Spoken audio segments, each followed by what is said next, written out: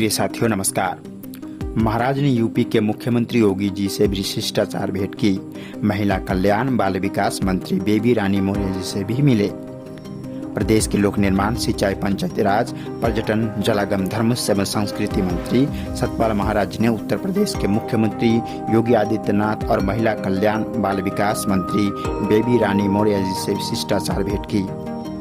प्रदेश के लोक निर्माण, सिंचाई, पंचायती राज, पर्यटन, जलागम, धर्म एवं संस्कृति मंत्री सतपाल महाराज ने अपने लखनऊ भ्रमण के दौरान मंगलवार को उत्तर प्रदेश के मुख्यमंत्री योगी आदित्यनाथ और महिला कल्याण बाल विकास मंत्री बेबी रानी मौर्य जी से उनके आवास पर शिष्टाचार भेंट की। इस दौरान श्री महाराज ने कई मुद्दों को लेकर दोनों नेताओं से बातचीत की। सभी भगवत वृंद को सादर नमस्कार। जब जब होए धर्म के हानि, बाढ़ही असुर अधर्म अभिमानी, तब तब प्रभु धरी विविध शरीरा, हरहि कृपा निधि सज्जन पीड़ा। प्रिय साथियों, सत्संग से ही मन की चंचलता नियंत्रित होती है। आदरणीय श्री सतपाल महाराज जी कहते हैं कि कबहू मन रंग तुरंग चढ़े, कबहू सोचत है धन को, कबहू तिये देखी के चित्त चले, कबहू मृग होए चले बन को। यह मन ही आदमी को अधोगति में ले जाता है। मन ने कहा सत्संग सुन लो तो सुन लिया, मन ने कहा दिया चलो तो चल दिए।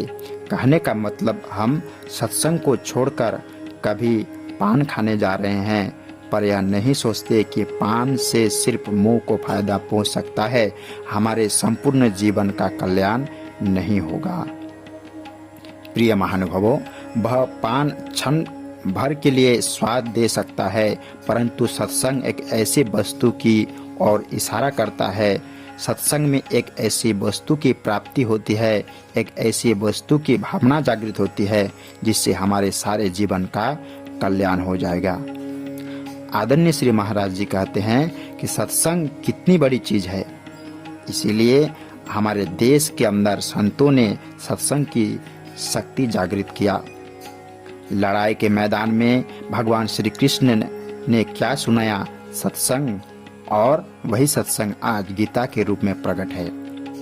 अर्जुन को अगर गीता नहीं सुनाई जाती तो रणक्षेत्र के अंदर वह निर्णय नहीं कर पाता, फैसला नहीं कर पाता, कर्म नहीं कर पाता। सत्संग से ही कर्म करने की प्रेरणा मिलती है, कर्म के प्रति भावना दृढ़ होती है।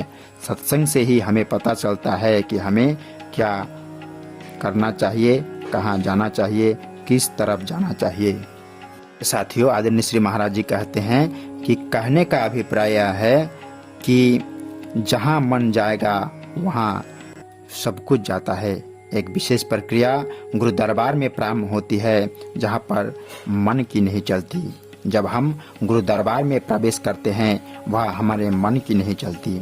बहुत से आदमी यहाँ आते हैं और बड़े परेशान हो जाते हैं। कई कहते हैं साहब हमें कमरा नहीं मिला, हमें जगह नहीं मिला।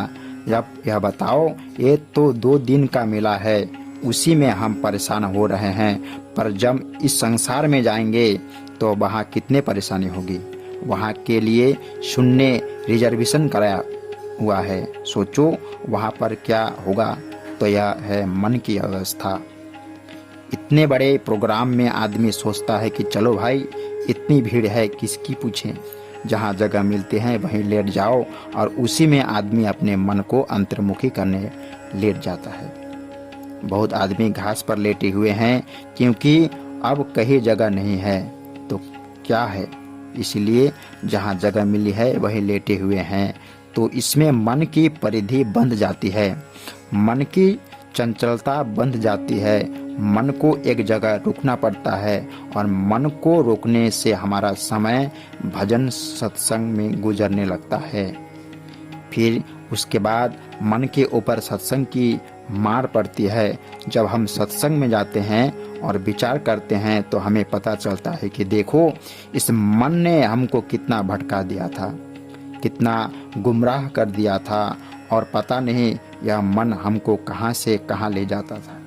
अगर यह सत्संग हमको प्राप्त न होता, सद्गुरु के वचन हमको प्राप्त नहीं होते, तो मन हमारी क्या गति करता। यह हमें पागल बना देता। पागल किसे कहते हैं? जो कभी हंसता है कभी रोता है। पागलपन का यही लक्षण है और उसी को पागल कहते हैं। इस पागलपन से छूटने का एक ही उपाय है, सत्संग। सत्संग से मन धीरे धीरे नियंत्रित हो जाता है। प्रिय साथियों, यह सत्संग मानव धर्म संदेश मार्च 1992 में छपा था।